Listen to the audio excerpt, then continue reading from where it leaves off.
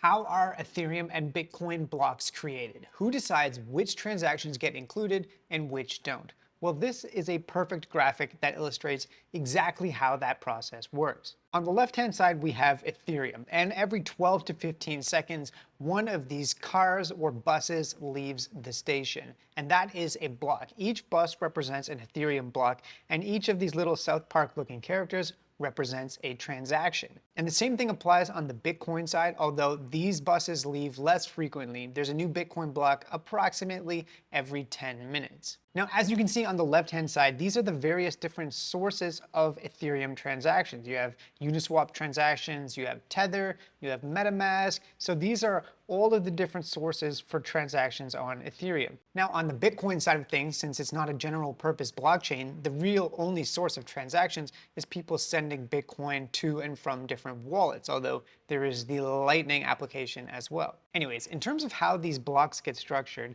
and who decides which transactions get to go through, it all boils down to how much people are willing to spend to be in the next bus, to be in the first bus in the row.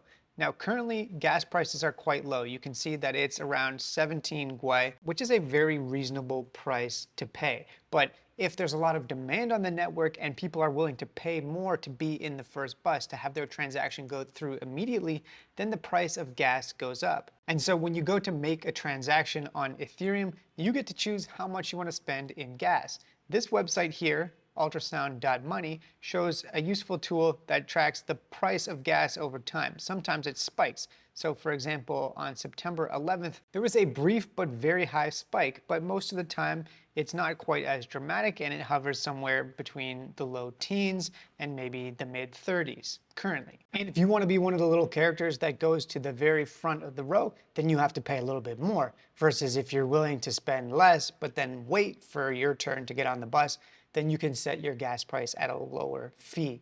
Now, as you can see here, when we scroll down, that there is a low fee line and a massive, massive queue of people that are waiting essentially for the gas prices to be very, very low. And they will have set the gas price for their transactions at a level that is lower than the current level. And if it ever actually reaches that point, then they'll get a chance to hop on one of these buses and make it up through into the blockchain. But it is possible that some of these transactions just never make it through if they didn't set their gas fees to be at a high enough level, because realistically at this point, the Ethereum gas fees are never going to go back down to zero. There's too much demand on the network. There's too many people using it. So yes, that is a very simple but useful illustration of how block creation happens. And the key takeaway is, if you want to be on the first bus and next into the blockchain, then you have to pay more in gas fees.